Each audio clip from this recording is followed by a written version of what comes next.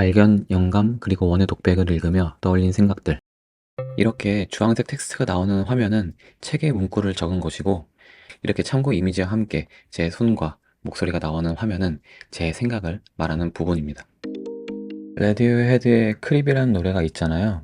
이 책은 마치 그 노래처럼 자신의 초라함에 대한 자전적 이야기를 담은 책입니다. 댓글에 노래 링크를 달아놓았습니다. 모임이나 사업을 잘 꾸리고 싶다면 모두를 만족시키려는 욕심은 버리세요. 고객을 너무 일반적으로 설정하면 아무도 끌어모을 수 없습니다. 예를 들어 운동 좋아하는 사람이 아닌 6개월 안에 하프 마라톤 2시간 완주를 목표로 하는 사람처럼 구체적인 타겟이 필요합니다. 그래야 유대감도 생기고 가르침도 명확해지죠. 저는 아침 샤워나 밤 침대에서도 영감을 얻고 싶은 사람을 위해 콘텐츠를 만들고 싶습니다. 여러분의 타겟은 뾰족한가요? 사실 이 책은 1시간 만에 읽을 수 있을 정도로 쉽습니다. 우리는 종종 좋은 책을 찾다가 너무 어려운 책을 선택해서 결국 포기하곤 하잖아요. 좋은 내용이 담겨 있어도 나에게 전달되지 않으면 의미가 없습니다. 이 책은 전달력이 뛰어나고 쉽게 읽히는 대신 깊이는 조금 얕을 수 있습니다. 하지만 그게 나쁜 건 아닙니다. 이 책은 저자의 경험과 내 경험을 연결하고 상상을 확장하기에 좋은 도구입니다. 읽기 쉬운 책, 어쩌면 더 좋은 책일지도 모르죠. 한때 저는 책을 더럽히지 않으려 책을 쫙 펴지도 필기나 밑줄도 치지 않았습니다. 그런데 몇 년 전 이 병을 고쳤는데요. 책에 흔적을 남기는 건 진짜 책과 소통한 증거라는 것을 다시 한번 생각하게 됐거든요. 밑줄 긋고 모서리 접고 반론을 적는 순간 그때서야 책은 제 것이 되는 거죠. 유튜브도 똑같다고 생각합니다. 구독과 좋아요도 좋지만 댓글이야말로 진짜 소통의 시작이라고 생각합니다. 책이든 유튜브든 흔적을 남겨보세요. 그게 진짜 소통입니다. 우리는 누구나 인생의 터닝 포인트를 기다립니다. 하지만 김이나는 말합니다. 기회는 지나고 나서야 기회임을 알게 된다고요. 결국 중요한 건 기회가 온 그 순간이 아니라 그 이전에 내가 어떻게 살았느냐입니다. 아이스 신잡에서 김영하 작가님 말했죠. 뮤즈를 기다리지 말고 뮤즈가 몇 시까지 올지 알려줘라. 창작은 갑작스러운 번뜩임이 아니라 하루키처럼 매일 정해진 시간에 꾸준히 쓰는 습관을 통해 뮤즈가 찾아오게 됩니다. 열정은 폭발해버리는 화산이 아니라 은은하게 타오르는 숯불입니다. 꾸준함이 진짜 열정입니다. 기회를 기다리기보다 오늘의 작은 꾸준함을 만들어 보세요. 항아리 게임은 잘못하면 아래까지 떨어져 새로 시작을 해야 됩니다. 하지만 내가 포기하지만 않는다면 계속 시도할 수 있습니다. 내가 몇 번 떨어지는지는 중요하지 않습니다. 결국 단 한 번만 결승선에 도달하면 되는 거죠. 리셋 증후군이라는 용어가 있습니다. 어떤 역경에 닥쳤을 때 컴퓨터처럼 리셋해버리면 해결된다고 믿는 증상입니다. 하지만 인생을 리셋으로 해결할 수는 없죠. 대신 항아리처럼 여러 번 도전할 수는 있습니다. 워렌 버핏은 이렇게 말했습니다. 투자가 야구보다 좋다. 원하는 볼이 올 때까지 계속 기다리면 되니까. 인생도 마찬가지입니다. 한 번에 모든 걸 걸지 말고 감당 가능한 도전을 반복하며 꾸준히 나아가세요.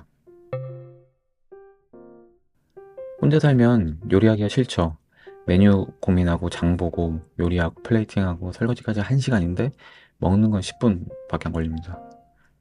하지만 함께 먹는다면 요리 과정도 즐거워집니다. 저는 예전에 걷는 게 싫었습니다.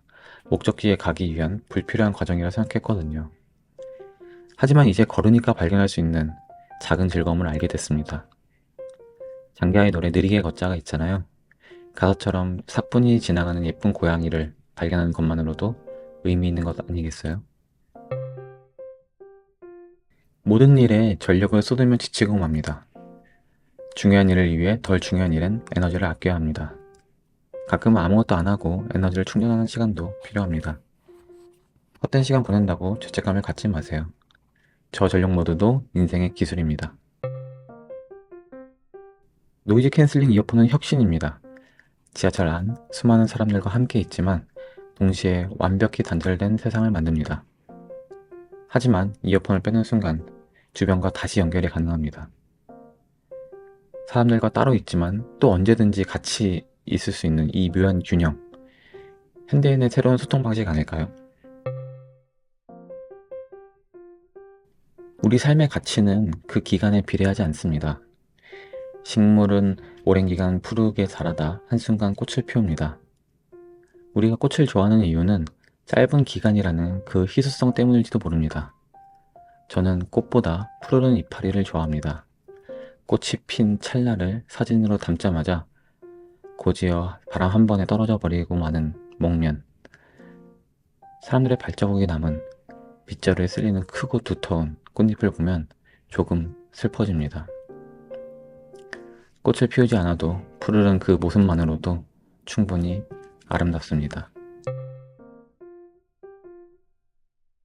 제가 좋아하는 유튜브 채널 스노우볼이 있습니다. 거기에 올라온 영상 중 천체 물리학자 닐 디그레스 타이슨의 축사가 굉장히 인상적이었는데요. 누군가 고양이를 영어로 받아 적을 때 CAT라고 적으면 정답이겠죠?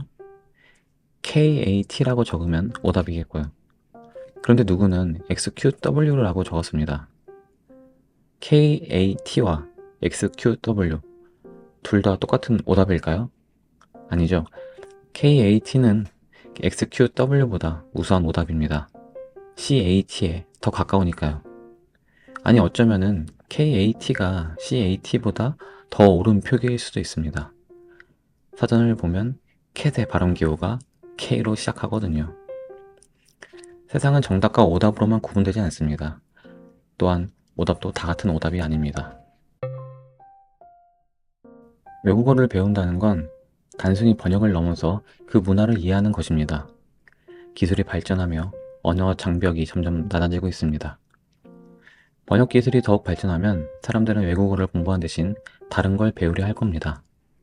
마치 자율주행 5단계가 도입되면 운전면허를 따는 사람도 줄어들고 오직 직접 운전하는 맛을 느끼고 싶은 사람들만 핸들을 잡겠죠. 언어도 마찬가지라고 생각합니다. 언어를 배우는 사람은 불편한 자체를 즐기며 직접 소통하는 가치를 느끼는 사람들이 될 겁니다. 기술이 편리함을 주어도 직접 하는 즐거움을 찾는 건 우리의 선택입니다. 누군가의 팬이 된다는 건 정말 멋진 일입니다. 아낌없이 그를 동경하고 응원해주죠. 그런데 여러분은 자기 자신의 팬인가요?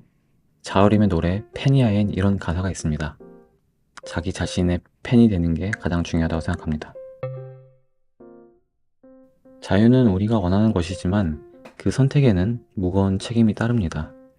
그래서 에리 프롬은 자유로부터의 도피라는 책을 썼고 장폴 사르트르는 인간은 자유라는 형벌에 처해 있다고 말했습니다. 영화 서울의 봄에서 전두광은 이렇게 말했습니다. 인간이 명령 내리기 좋아하는 것 같지? 인간이라는 동물은 아니나 강력한 누군가가 자기를 리드해주길 바란다니까? 원자들은 창조되거나 사라지지 않습니다. 지구상의 어떤 원자는 공기였다가 공룡이 되기도 하고 물고기나 나무가 되었을 거예요. 나 이전에 무수한 존재들과 연결되어 나를 이루고 나 이후에도 수많은 존재들과 연결될 겁니다. 죽음은 끝이 아니라 변화일 뿐입니다. 나는 단순한 개인이 아니라 우주와 생명의 긴 흐름을 구성하는 존재입니다. 우리는 그런 소중한 존재입니다. 텔레비전에서 들리던 지직거리는 것은 단순한 소음이 아닙니다. 빅뱅 직후 뜨거웠던 우주가 방출한 전파인 우주 배경 복사입니다. TV가 아무 신호도 잡히지 않았던 게 아니라 우주와 연결되어 있던 거죠. 우리는 너무 시끄러운 세상 속에 살고 있습니다. 남들이 뭘 하는지 궁금하지도 않은데 끊임없는 소음에 내 목소리가 묻혀버리곤 합니다. TV가 방송 신호를 끊고 우주의 신호를 잡았듯이 주변과 단절되어야만 진짜 내 목소리를 들을 수 있습니다. 소음을 잠시 멈추고 나 자신과 연결해보세요. 제 생각엔 자리가 사람을 만드는 것도 사람이 자리를 만드는 것도 맞습니다. 바이닐 레코드처럼 누군가 나를 선택해줘야 음악을 들려줄 기회가 생기지만 결국 내가 좋은 음악을 만들어야 또 진을 때 올라설 자격을 얻는 것처럼요. 가공이 덜 된 영감이란 곧 본질이라고 생각합니다. 일론 머스크가 강조한 제1원칙 사고처럼 세상의 근본을 파악하고 그로부터 추론해 나가는 방식이 필요합니다. 물론 일상에서는 직관이 유용할 때도 많습니다. 하지만 무언가 새로 시도하려면 반드시 본질에서부터 시작해야 합니다. 근본을 이해해야 기존의 틀을 깨고 새로운 길을 열 수 있기 때문이죠. 본질로 되돌아가야만 앞으로 나아갈 수 있습니다. 의도적으로 남들과 다른 길을 걷다 보면 나를 설명한 마땅한 말이 없을 겁니다. 하지만 그게 당연합니다. 스스로 길을 만들어가는 사람이니까요. 내가 무엇을 하는 사람일지 딱히 정의할 필요도 없습니다. 그저 개척자로서 남들이 가지 않은 길을 걷는 사람일 뿐이니까요. 우주는 인간을 위해 만들어지지 않았다는 사실이 누군가에겐 좌절로 다가올 수 있지만 어쩌면 그렇기에 우리는 스스로 의미를 부여하고 우주를 보며 더 큰 꿈을 꿀 수 있지 않을까요? 백남준의 작품 달에 사는 토끼는 텔레비전을 통해 달을 그리워하는 토끼를 표현합니다. 달은 인류 최초의 텔레비전이다 라는 말을 남기기도 했는데요. 달을 보며 무언가를 소망했던 인류의 역사를 생각해보면 저도 정말 맞는 말이라고 생각이 듭니다. 저는 딴 생각을 할 수 없는 책이나 영화를 좋아하지 않습니다. 단순히 내용을 암기하려고 보는 게 아니기 때문이죠. 딴 생각은 상상을 넓히고 새로운 통찰로 이끄는 과정입니다. 평일엔 주말엔 평일을 생각하는 것이 직장인의 숙명이죠. 현재에 집중하지 못하는 것처럼 보이지만 어쩌면 그것도 현재를 확장하는 방법일지도 모릅니다. 딴 생각은 단순한 도피가 아니라 지금을 더 풍요롭게 만드는 힘 아닐까요? 세상 모든 일은 꾸준함이 쌓여야 성과를 냅니다. 그리고 꾸준하려면 좋아하는 마음이 가장 큰 힘이 되죠. 지금 당장 좋아하는 걸 하지 못하고 있더라도 그걸 마음속에서 포기하거나 지우지 마세요. 문득 힘든 순간이 찾아오면 그 꾸준히 간직한 마음이 당신을 빛나게 할 겁니다. 좋아하는 걸 포기하지 말고 계속 좋아하세요. 그 마음이 당신을 움직이는 원동력이 될 것이니까요. 나와 비슷한 사람들이 모여 이야기를 나눈다면 얼마나 즐거울까요? 그런 면에서 저는 알쓸신잡이라는 프로그램을 정말 좋아했습니다. 다양한 분야의 사람들이 모여 각자의 시선을 공유하고 공감과 새로운 통찰을 찾아가는 모습이 너무 매력적이었죠. 누군가 내던진 정보를 다른 누군가가 수용하는 일방향적 관계가 아니었기에 더 재밌었습니다. 누군가 말을 하면 거기에 말을 덧붙여 설명하거나 반론을 제기하기에 이야기가 더욱 풍성해졌죠. 나중엔 꼭 제가 직접 알쓸신작과 같은 프로그램을 만들어 보고 싶습니다. 세상엔 능력 있는 사람들이 너무 많습니다. 항상 나보다 잘하는 사람들 때문에 주눅 들곤 하죠. 페이팔의 피터 틸은 말했습니다. 성공은 절대 같은 형태로 반복되지 않는다. 제2의 주커버그가 SNS로 성공하지 못하고 제2의 빌 게이츠가 운영체제로 성공할 수 없는 이유입니다. 이미 잘 나가는 누군가를 따라가선 그들을 절대 넘어설 수 없습니다. 네이버가 검색 기능을 아무리 강화해도 구글을 이길 수는 없습니다. 대신 네이버는 웹툰이라는 독자적인 영역을 만들었죠. 결국 나만 할 수 있는 것을 찾아야 합니다. 그곳엔 경쟁자가 없기 때문이죠. 피터 틸이 남긴 말처럼 경쟁하지 말고 독점해야 합니다. 위성은 행성을 중심으로 돌지만 행성의 중력이 너무 크면 위성을 끌어당겨 오히려 파괴해버립니다. 그래서 서로 간의 적절한 거리가 중요하죠. 지구가 골디락스 존에서 태양과 균형을 이루듯 우리도 관계에서 따뜻하지만 적당한 거리를 유지해야 합니다.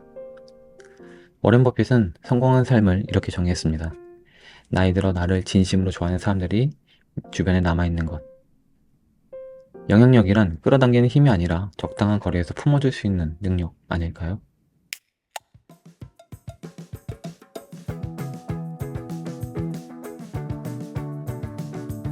인공지능이 발전할수록 저는 이 말을 믿습니다. 상상력은 지식보다 중요하다.